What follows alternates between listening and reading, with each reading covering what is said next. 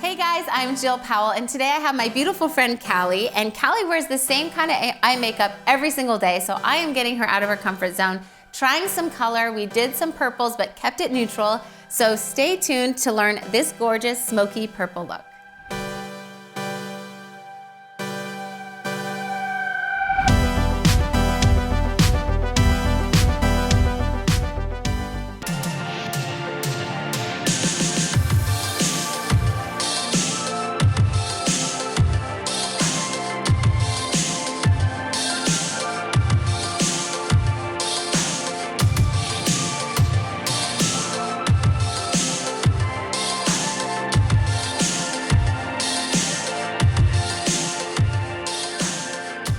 Okay, so Callie already has flawless skin, her brows on, she has eyelash extensions, so this eye look is gonna be so easy because everything is already in place and we're just gonna add a splash of color to bring the whole look together and make you look, I don't know, out on the town ready.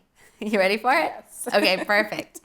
So Callie also wears kind of the same look every single day, so I want to get her out of her little bubble and her comfort zone. So we're gonna be using some kind of plummier tones on you, and you've never worn purples, right? Mm-mm. No. You have beautiful blue eyes. They're kind of bluish green, so I'm wondering if these purples are gonna bring out the green in your eyes.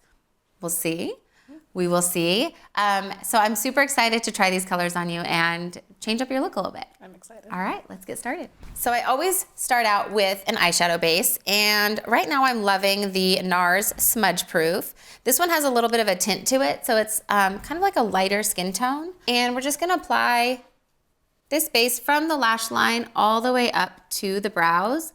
So what's great about this primer is because it has a little bit of color to it, if you have any discoloration on your lids, this will completely neutralize it, and then that way when you put your shadows on top of it, everything is really even. There's, no discoloration showing through the shadows, and it also helps the shadows to come out stronger, to not crease, stay all day. I cannot do eyeshadow without a primer. It's definitely a necessity. So if you don't have one, run out and grab one right now. Pause the video, go run, and we'll see you back here when you have your primer. Okay, so I'm going to be using my Natasha Denona palette, and I think this one is like the plummy purple ones.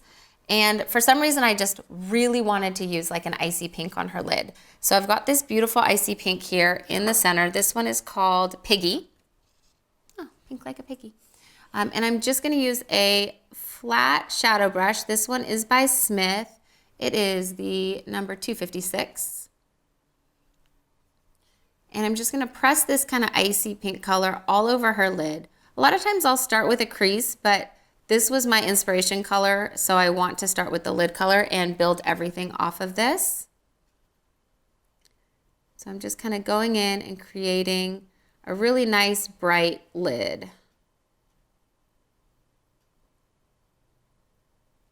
So again, just kind of pressing. Sometimes I'll invert the brush and turn it upside down to prevent fallout. Just kind of catches any shadow that does fall. And then I'm going to go straight right up to her crease so I can really get that defined. Okay, the other color that I really wanted to use was this kind of purpley taupey color, and this one is called Lavender Gray. That's exactly what I said, purpley taupey, so Lavender Gray. Great name, Natasha. And I'm going to use a MAC 217. And this is also a shimmery tone.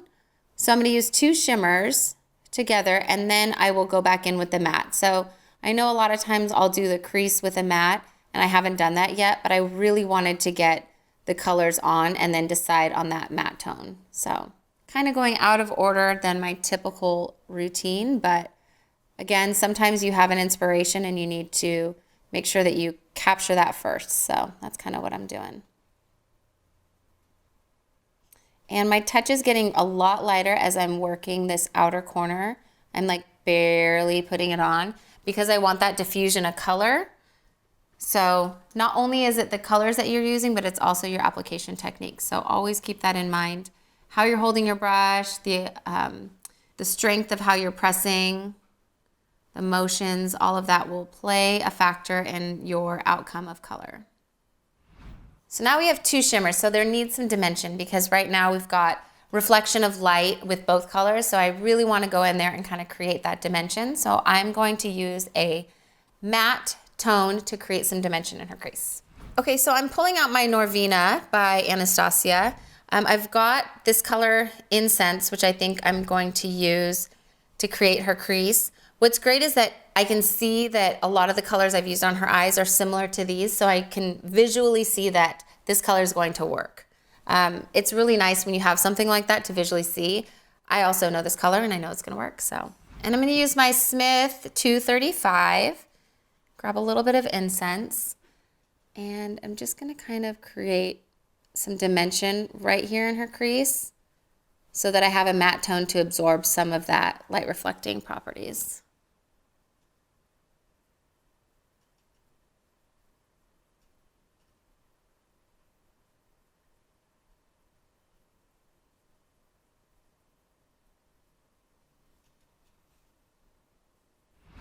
And I'm just carving out a little bit on the inner corners to create that dimension as well, and a little bit of separation with the lid.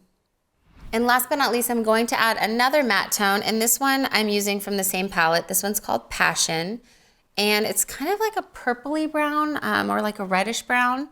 So I'm going to add just a little bit in this outer crease to create, again, an added level of dimension in her crease. Go ahead and open for me real quick. Yeah. I'm doing it just right here. And I still want the diffusion of color, so I'm just kind of layering it on top. I'm gonna take it with even smaller of a brush. This one is old school brush, MAC 226. I'm not even sure they make this anymore. This one's really great if you wanna do like a cut crease. Just to really precisely place the color. Okay, sticking in the same palette, we're gonna use Base, which is like a brow highlight color. This one's a little bit lighter, so I'm gonna go right into the arch, right underneath her brow, and kind of chisel that out. And then softly blend.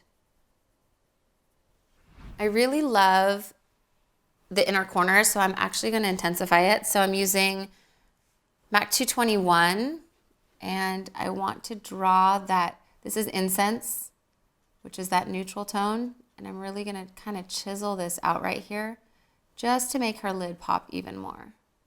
She has a lot of space on this inner corner, so that's why this is something that she can definitely do.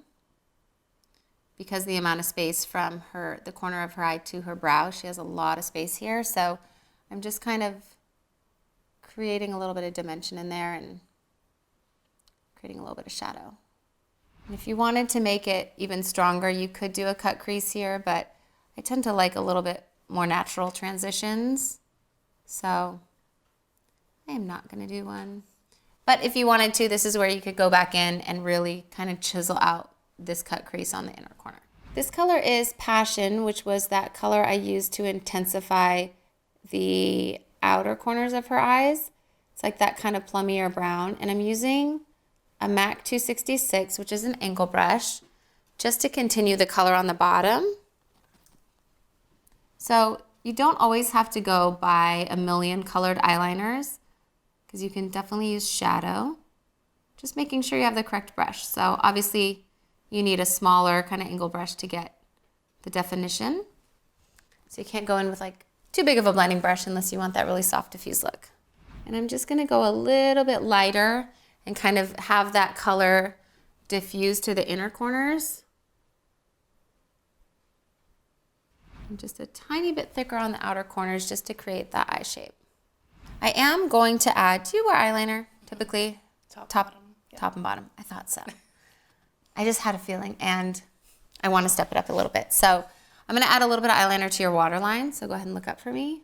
And this is just a black waterproof pencil. Honestly, I always use this pencil. It's by Sephora. I just love it so much. So it's really going to make her eyes pop. Anytime you add eyeliner, it really makes the look a lot more dramatic and just makes everything stand out, especially in photos. Oh yeah. And then look up again.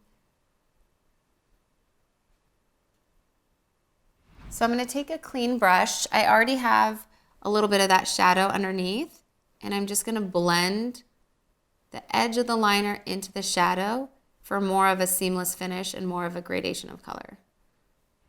Using the same pencil, I'm gonna color like the little outer corner of her eye, and then we'll go back in with eyeliner.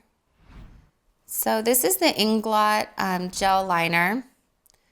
I am obsessed with this liner because it stays, it's like super waterproof, so you won't find any smudging. Nobody likes their eyeliner to be all over their face, so this one definitely gives you that.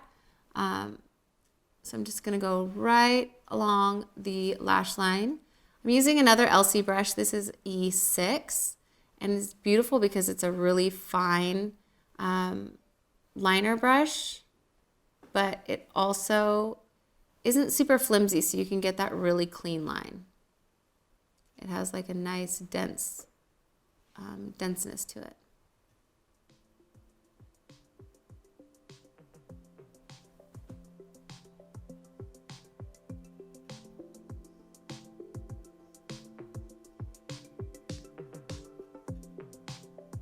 So we decided to add a little bit of a wing, and she has a tiny bit of a deep set eye. So I could connect the wing, or I could do one of my favorite eyeliner shapes, which is kind of like, not quite a lightning bolt, but like a little bit of a disconnected wing. So when she looks straight, the wing is connected and it's beautiful. When she looks down, you see a tiny bit of negative space on the inner corner. This just creates a really cool look. But also when she has her eyes open, you're not getting any transition from the wing. You're getting it straight connecting because it is a deep set eye. So it's a little confusing, but it's super fun to do and kind of a fun look. Again, it looks really normal when you're looking straight, and when you look down, you see a little bit of negative space. So adds a little flair and a little fun. Okay, so I added a tiny bit more underneath, and with the eyeliner, I think we've completed our look. So you have some plummy purpley tones, a little bit of that icy pink that I really wanted to do. But you've got your eyeliner and lashes and brows, so we are all set.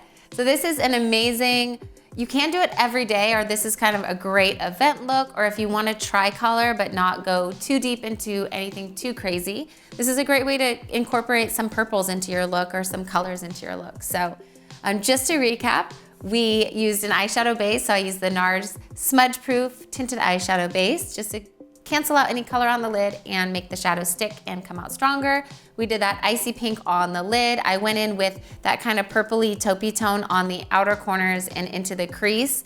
And yes, I went outside of my normal doing the crease matte tone first. So I did do those two shimmers. And then I went ahead and used Ignite from the Anastasia palette to carve out the crease, and that's that matte tone to really create some dimension there.